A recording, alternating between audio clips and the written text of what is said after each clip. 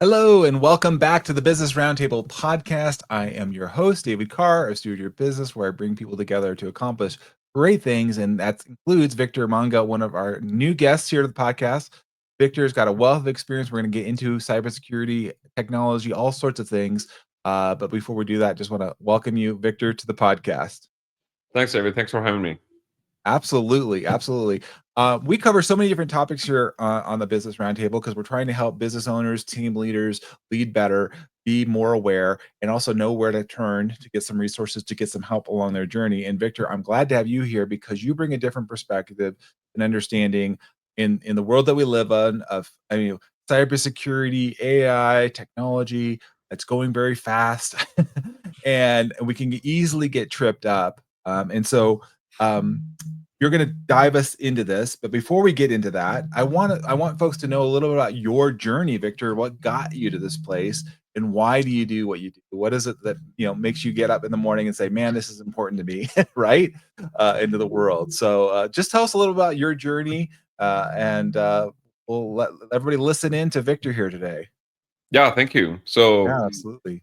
my short of it is I got into IT cybersecurity by chance, not by choice. And what I mean by that is, so I was born and raised in India, and I have two older sisters. They both highly talented, and they wanted to study. Unlike me, I always find shortcuts. So they went into medical. They studied medicine, and in a middle class family in India, especially in North India, usually you have two choices. You go into medicine or you become an engineer. Engineering is easier in a way and than medicine for me.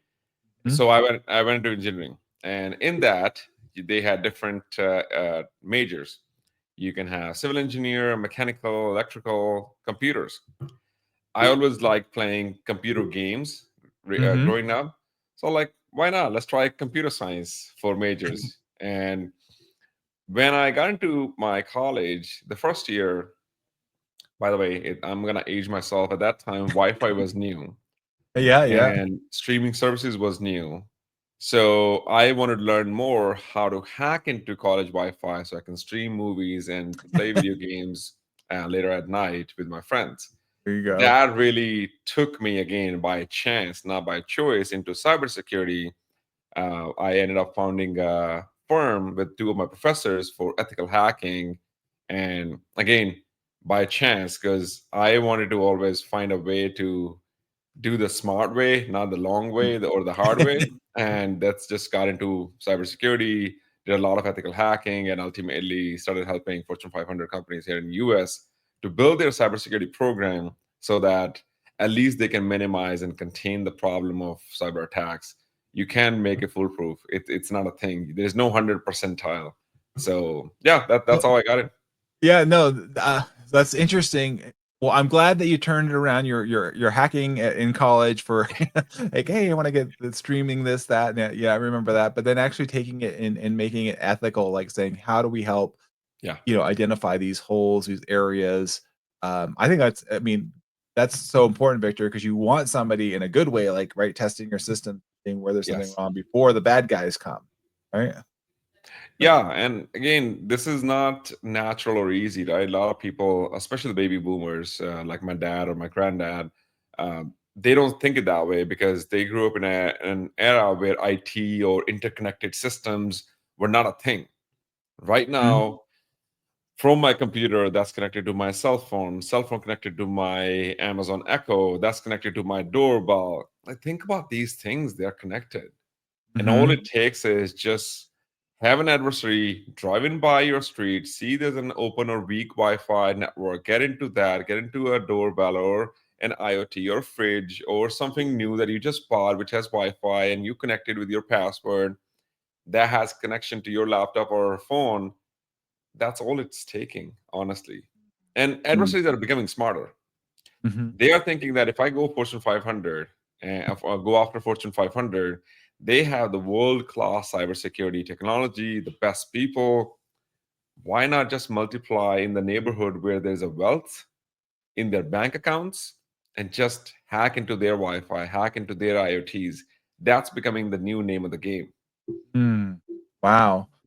And that's why I want you to have me on here, Victor, because if you guys aren't hearing this or thinking about this, I know sometimes it isn't quote sexy cybersecurity that I see, but it's absolutely necessary. And we're going to get into how it can be a growth engine if you're playing it well. But Victor, to your point, you're moving from just tactical, hey, here's that and that, but I feel like you're strategically, like you said, maybe we weren't thinking about these things before, how interconnected are really got to think more strategically in how we're addressing this. And that's why I wanted to get you on the podcast. I mean, how have you seen or how have you even yourself moved in that way, Victor? Yeah, what I've seen, I'll share a little research I did in 2024. So I wanted to know more about the small business space because again, Mhm. enterprises, they have the best in the breed, best people, best resources, best technology when it comes to cybersecurity or IT, the innovation, all of that. But when it comes to small or medium-sized businesses, I wanted to learn more about how do they protect their businesses? How do they think about when they go connect their new device to their current network? What goes in and out of their network? So I wanted to do a little research on my own. So I picked about 52, I'm calling them companies, but Yep. primarily they're mom and pop shop, like your liquor store at the corner or pita kitchen. We have it here.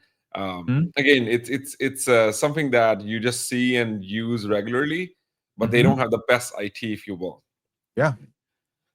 Almost 95% of that research was they have a standard internet, nothing wrong with it, but a standard internet line, Wi-Fi provided by that internet provider, and they connect everything from their POS sales system, where they are Mhm. actually taking your credit card, from to their anything bank accounts where they transfer funds to their vendors or pay invoices. Of course, they have to pay that as well. Mhm. To their Wi-Fi for the guests. So if I walk into that establishment, they'll say, "Hey, yeah, we provide free Wi-Fi." That's the same Wi-Fi they're using for their POS and invoicing and their bank accounts and their laptops, all of that. Mhm. So then I started asking the questions from the owners or the founders that who's also working there, by the way, most of the Yep. time. Sure. That what do you do for IT? And they're like, "Well, I have the internet and I have the computer." That's the four by four they're thinking when it comes to IT. That's the Mhm. box they're in. That I have the internet working and I have the computer working. That's about it. And then again, being the researcher, I asked them follow-up questions. Are you not worried that you'll have a cyber attack or if someone can actually attack your network? And the usual answer, I'm not kidding. And this cracked me up. They're like, why Mm. would they? Why would they attack me? There are billions and trillions of dollars in the world. Why would they attack me? Now that's where the problem is. Mm. Why would they attack me is the mentality which really is gonna bring us down. Why would they attack me? Well, you have a penny to save as well. You have a bank account. You have something to lose. They will come after you. They just Mm. haven't yet. You just don't know about it. They will come after you. True Yeah. story. Liquor store. I won't name the name. Yep. And they picked up a new vending machine where you can just use Wi-Fi to connect and people can Mhm. pay with their phone or with their credit card so that the person doesn't have to come out of the cashier's desk and Right. actually so convenience, right? Right. Perfect. Convenience. Sure. Connected to the same Wi-Fi and which they use for their computer, their bank account, they log in and they pay the invoices, all of that, right? What I just talked about. Mhm. That vending machine had a vulnerability that the owner didn't know about it. Why would they? That's not their job. Right. Nor they should be aware of it. Again, at the end of the day, they are running the business, small business. Again, that vending machine, someone actually, I don't know how or where, someone from the internet were able to discover that. They didn't even come there physically. That's a surprising part. Wow. Someone scanning the internet, that happens a lot, by the way. Just like people used to go dumpster diving, I don't know, in Mhm. 80s or 90s, I Oh, have yeah, heard looking stories for too. stuff. They're just looking for a way in, huh? Yeah, so someone from the internet found out that vending machine had the internet address directly connected to the Wi-Fi that the person is using. They did not attack or they didn't do anything for about 8 months. That adversary who found out about this vulnerability, this foothold, didn't do anything for about 6 to 8 months. After 8 months, They got the passwords, they knew how to log in, what time they log in, what happens, when is the right time of the traffic, and they were able to wipe out the bank account of the owner. FBI complaint was lodged. But again, think about the headache that owner had to go through now, the stress they had to face. You don't want to be one of that. Right. Again, Right. back to the mentality of why would they hack you? Why would they come after you? You have a money, you have a family, you have a business, they'll come after you. Yeah. Well, to your point, Victor, I've seen this even, because I do work a lot in the professional services world, right? So same thing, right? People are getting computers, getting access. Um, and I've worked on uh big companies or utilities, or there's some protected information they need to be sure that's protected. And I can't tell you, Victor, even just, I mean, this is simple stuff, but they haven't updated, like to your point, they haven't updated the computer. So Yeah. now it's out of date, and they're logging in somebody's server or whatever, and then, like you said, the sinister part, like you said, is that, I mean, not obviously they took advantage of it, but they were very they could have done something right away, but they waited for months gathering all this information. So you Yeah. may not know until it's too late. Obviously, in this case, it was too late. And I do think a lot of people, like you said, Victor, say, "Well, why would they pick me? Why?" Yeah. And so we kind of defer. And I see this a lot in other areas of business where instead of being more proactive, and that's why I wanted you to have you on the podcast, Victor, is so that those folks can listen and say, "Well, maybe I don't know what to do, but I want to do something. I want to be proactive, right?" And Yeah. I have mean, somebody in again, there and look what's to your going on. point, why do they wait? I get this question a lot. Why do they wait for 6 to 8 months? So they already know about you, they already know the passwords, or they figured out where to log in, how to log in. What they're really after you, where they go, your friends, your contact list. We all have seen those emails sometimes that we are like, why did I get it? Well, one of your friends was actually hacked, who had your email address or phone number. The adversary or the cyber attacker is actually using that contact list to Oh, send yes. you the phishing or scam email, so that and maybe you might fall for that. Because again, friends make friends who are kind of the same age range, if you will, or who like the Mhm, same things, or like to go to same bars, or maybe like to go to same racing competitions, or whatever that is. The habits are almost the same, so the mhm, attackers don't have to create a new scam. They can just follow the same scam around your friends as well. And if you were not fast enough to inform your friends, maybe they'll be able to fall for that as well. So it's a funny way, not so funny, I guess, but it's a ironic way of actually thinking, where not only you were going to lose everything, you're also leaving a door open for your friends and family, because they are also mm. connected with you. So Yes, think about that as well. absolutely. No, you're absolutely right. How many times have we seen something go through? Um, that's so important. So, what I what I hear you say, so in this example you gave, this unfortunately the liquor store, it's not only doesn't protect it, but now it's actually like they they've now been exposed, and now it's actually like their business is basically stopped. I mean, if their bank accounts are taken, they have no money, they've locked up their business. So on the flip side, Victor, I think we were talking before, but we can say that cybersecurity doesn't protect business, but actually can fuel the business. It can actually protect you Mhm. and actually help the business grow if done right. Yes. And the analogy I want to give to you all Mhm, is, think about it when you're thinking about your home or business, something you want to protect. You buy doors, you have locks.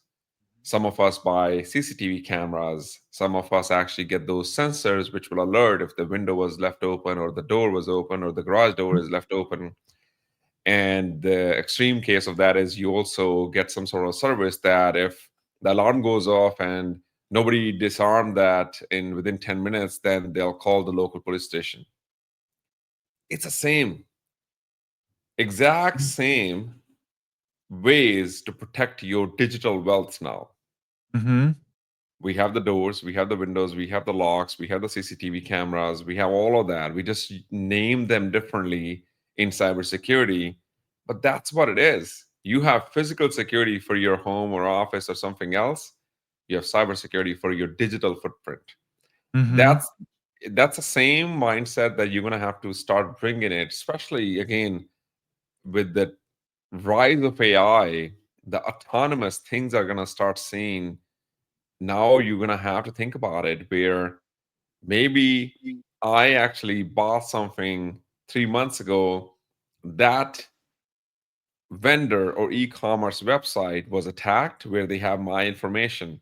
That information is going to get cataloged into AI. So if I go into AI and ask for about myself, there's information, something that I well, like, well, I didn't know that it's out there in the internet. Hmm. And as of Yes. last month, AI indexed the whole internet. It knows it. Wow. Well, to your point, Victor, I mean, thankfully, I'm paying attention to these things, but I've had either a text is one of them I've noticed, one technique where they'll text me and ask me to do something, acting like another person that I know, right? Because you, like you said, you're friends, and if you're not being careful with this, and now with AI, it can sound very authentic like the other person. And so you could easily be tripped up. So how have you? I would love to ask because before we start recording this human connected point of it. So how have you helped, like you said, this mindset led teams or melted others in this? To start to think differently, Victor. Yeah, sure. Not just the business owner, 'cause, right? I mean, certainly the business owner, but you just got to be the rest of the people in the organization too, thinking differently about how we're Yeah. approaching. Yeah. Again, back to the same analogy. Start thinking that if a stranger walks into your home, can they get to the safe that you have in your bedroom behind the walk-in closet and that you have your clothes in front of it? Hmm. Think into those circles, if you will. They got into the outer circle. Can they get into the inner circle?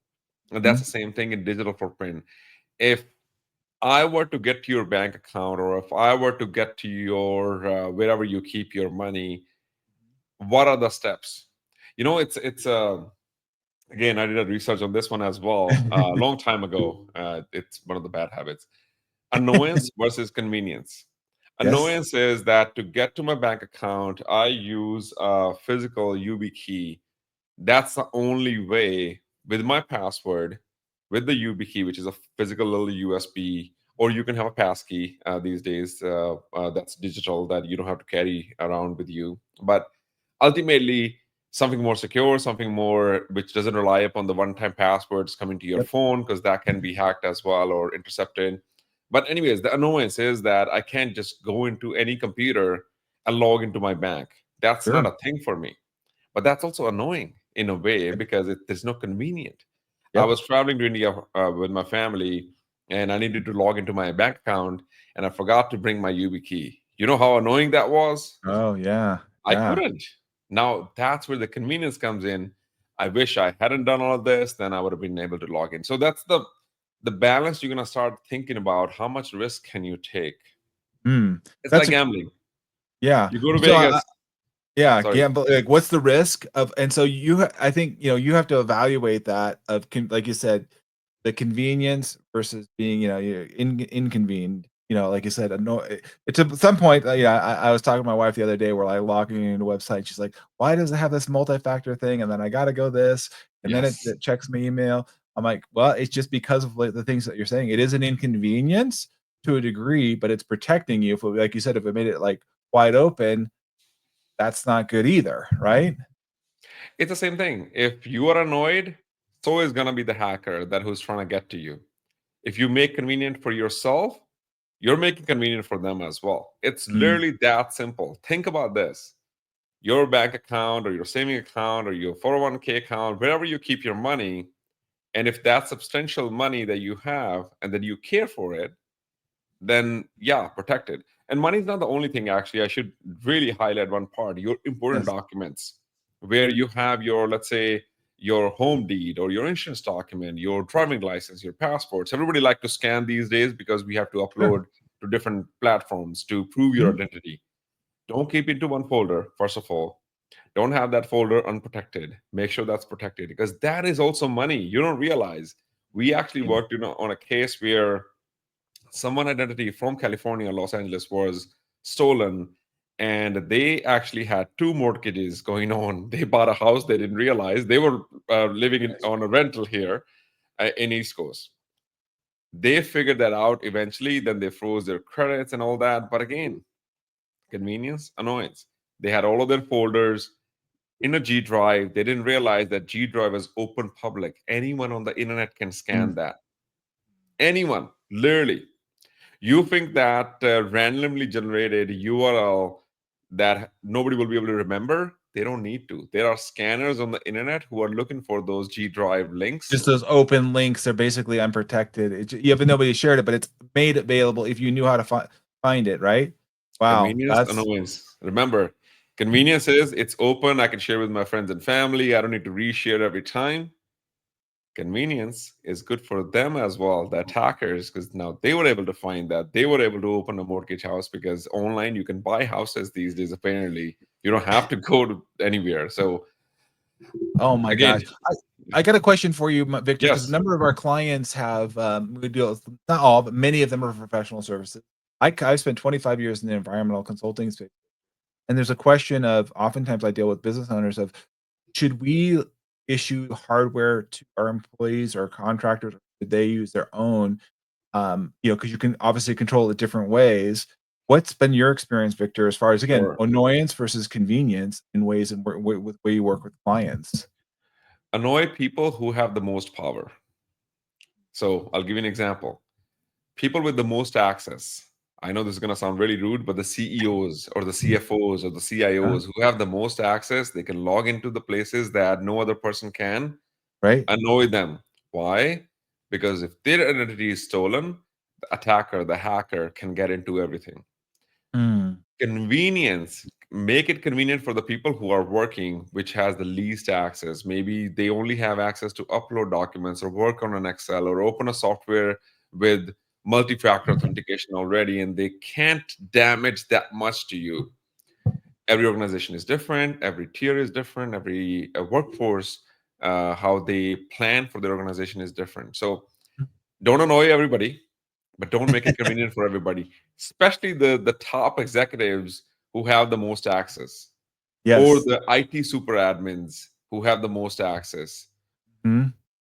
No, They that's a need great to, point. yeah, Make it more inconvenient for them because there's more risk. Just and again, we saying evaluate that. yeah, What makes sense? And I think Victor, I would imagine as you're doing this and working with folks, you have to, it's not probably a one and done. Like is there like ongoing training and awareness, Victor, as right? Speak a little bit to that. yeah. I'll give you a good example. Actually, recently I was setting up a direct pay for my vendor on Wells Fargo, and kudos to Wells Fargo, by the way.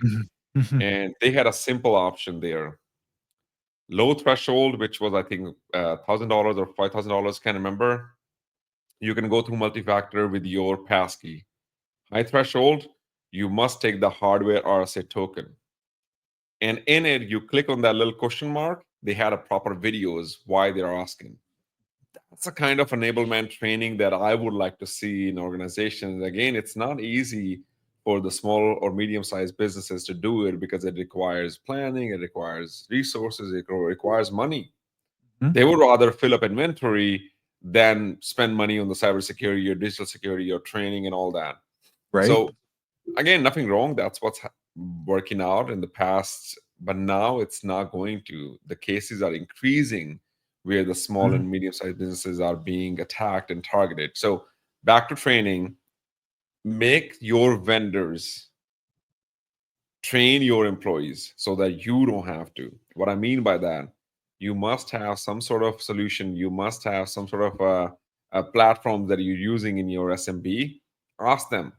Simple question you can ask your internet service provider. Hey, do you give internet security or cybersecurity trainings, or do you have any videos I can share with my employees? It's Mhm. free, it doesn't cost you anything. Leverage those trainings. Oh, Now, that's look, great. if you are above the threshold of SMB, obviously you're going to create tailored content for your organization. If you are a Mhm. healthcare institution, you might create content for that. If you are a financial institution, you might create content for that, or you might leverage companies to create content for you. Again, it really depends on the risk factor. What are you trying to tell people, your employees?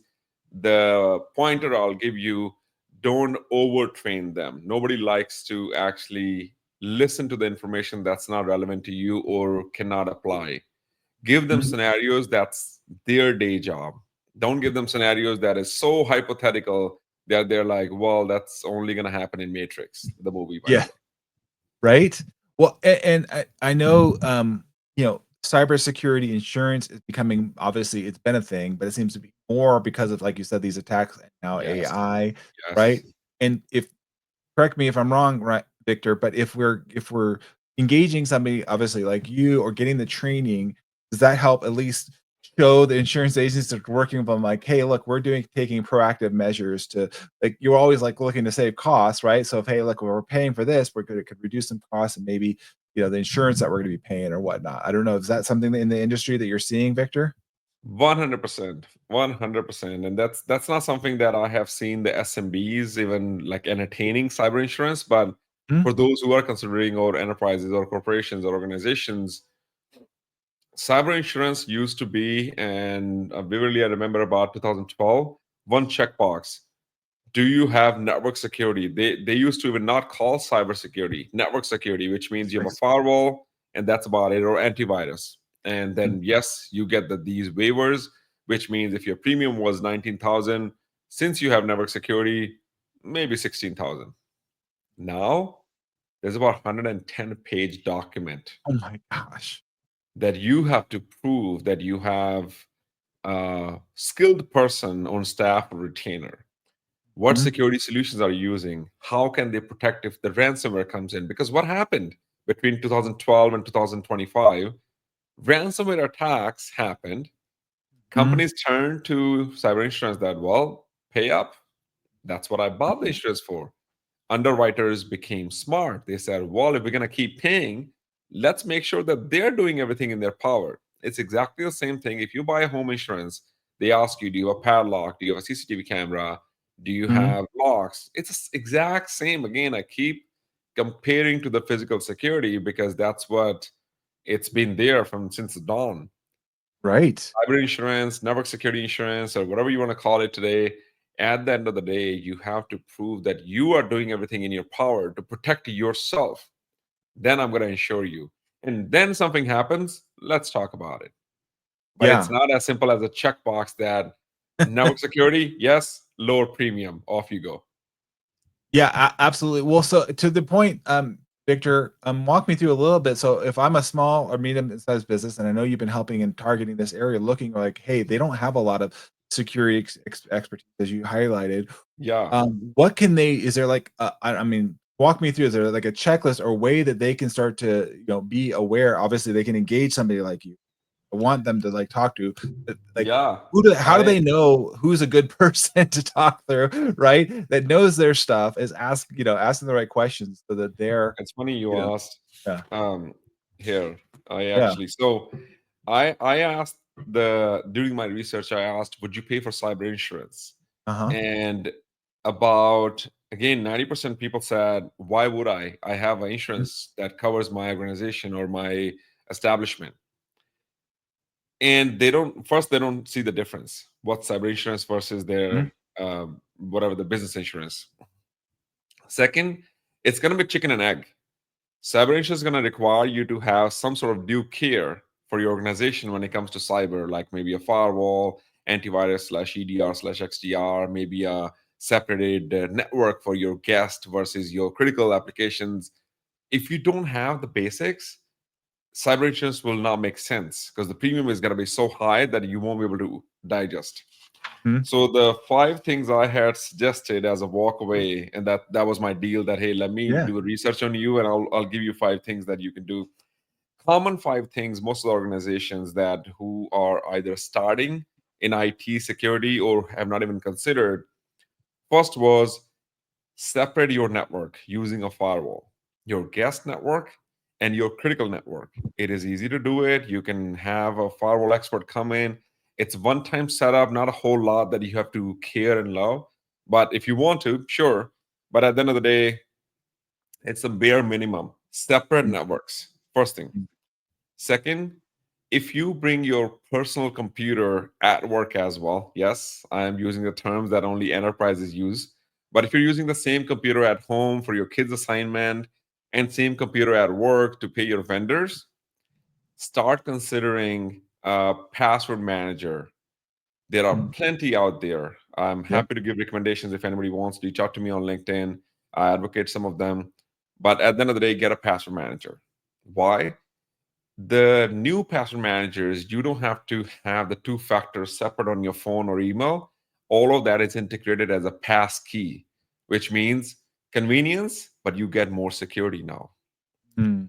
Third, what I recommended was again, now you have your organization, start considering if you have IoTs, separate network. Again, going back to the first point, separate network for that. So if you have a vending machine, if you have a doorbell, if you have a camera, if you have automatic locks or anything, separating that. The last and the most important is start informing your employees when they punch in or POS system what is cyber hygiene, and rely upon your vendors like internet service provider, or reach out to your local IT security guys if they can give you a free training, if you will, and if you like it, maybe put them on retainer. But try to get something so you start getting mindset where Yes. your people punch in, punch out, maybe on a laptop, iPad, or traditional way of machine. Have a latest cyber threat news, which has been very impactful, by the way, because Mm. it's top of your mind when you're punching in or clocking out, and you're like, oh my God, if this happened to organizations, or this happened to a local news, by the way, if this happened to in my neighborhood, I should be worried about it. Yeah. Simple things, again, tiny habits can change it, but the takeaway is start somewhere, which is network segmentation. You can't use the same network, and that's been the most important and the fundamental thing that people, when they change it, they drastically change their attack surface. Because now if I'm coming to your organization, if I'm coming to your shop, from the guest Wi-Fi I can get to your laptop. From the doorbell or vending machine, I can get to your laptop. From internet, I can directly go to your laptop. Yes, it will require a person or someone expert in that domain to do it, but Mhm. that's what the doorbells, and that's where the CCTV cameras, and that's where the doors and windows you are investing in. This is another form of it. This is another line item. This is Yeah. not, I don't need to get fancy. This is bare minimum doors for your IT assets. Yeah, I think if anybody's hearing that, you're like, okay, that's definitely one thing. A follow-up question you mentioned about like a pass, which I happen to use a password, correct? Because you mentioned I know this is the fact for a lot of professional service I work with in the Yeah, environmental world, anyways, is they are using a personal laptop. Let's say, Victor, would sure. you also add to say, I've at least done this. I would love your thoughts on this to create maybe two different login accounts. So one that's a business specific login account Yes. versus personal account. Yeah, that's what I meant. So when I'm Yeah. a password manager, like your company password manager, if you Mm, will. So got you have it. completely two separate. So every person, they are free to choose whatever they want, however they want to keep their passwords on a sticky note, or they remember the same password for all the accounts. Terrible idea, by the way. Yes. Um, but for your company, for your organization, it's $4 or $5 per month these days. It's not that expensive investment. Honestly, it will save you that hassle that the liquor store had to go through, where the passwords were literally in a plain text file on their desktop. The file name was passwords. Oh my goodness. I mean, at that Yikes. point, you're attracting everybody that come find me, please. Oh my gosh. I know we're getting to the end of the podcast episode, Victor, here. You've hit so many good points. These last few ones have been fantastic. And I'm going to make sure that everybody, again, connect with you on LinkedIn. Victor and I are on LinkedIn. We're going to put the ways you can connect with him on there. He's got so many great initiatives there. You guys we're just scratching the surface. He's got his own podcast as well. You can go check that out. And so I hope everybody's listening and they're thinking a little differently about technology, cybersecurity, about how they can approach it differently. Mentioned mindset and how we can do this, and recognizing that unfortunately in today's world we all, it's just, it's just a matter of time. We're all can be attacked at some point because most of us has something, maybe, maybe you don't think it's super valuable, but somebody else doesn't have it and they want what they don't have. So, being proactive, being more strategic, that's the one thing I definitely heard from you, Victor.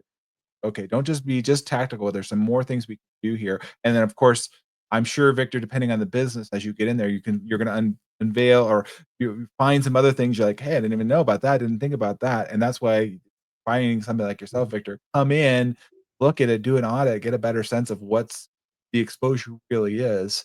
Yeah, Um, Victor, I want to thank you for being here. Last, I just want to give you an opportunity. Last, maybe thoughts, or if anybody's listening and we've covered a lot of ground here that you'd want to share with them, just say if there's something they should do sure. today or consider. The one thing I would recommend, especially everybody who's listening, either for personal or for your small business, small medium business, 1 hour. Just think of 1 hour per day, per week, per month, per year, whatever that is. 1 hour. Start today. Then 1 hour. Thinking about your IT cybersecurity. Just 1 hour. Put a timer on your phone. As soon as that hit 1 hour, get up, start going back to your business, start doing your day thing. 1 hour. Just commit that 1 hour and then grow from there. Because Mm, that 1 hour is the eye opener, light bulb moment that you're gonna need. You just haven't been able to dedicate that. So if you listen to this podcast today, just 1 hour per day, per week, per month, per year, I'll let you choose that. Second, whatever your net annual gross income is, 1% of that, start putting into a piggyback. Whatever that 1% looks like, that is your for you to spend on IT cybersecurity and grow from there. 1 hour, 1%. That's all I'm asking for. there you go. Thank you so much, Victor. Of course, we appreciate all of you guys following along. Leave comments, please. We'll make sure Victor gets them. Whether you're finding us on YouTube or your favorite podcast platform, we appreciate you coming along the journey with us. Hope you come back week after week. We bring great guests like Victor on here. If you're interested and you want to join us, you're more than welcome. Reach out to me, podcast@stewardyourbusiness.com. I appreciate you all being here. Victor, thanks again for being with us on the podcast. And thank you. Thanks, David. And thank you, everybody, for listening to us today. Thanks, everybody. Till next time, be well.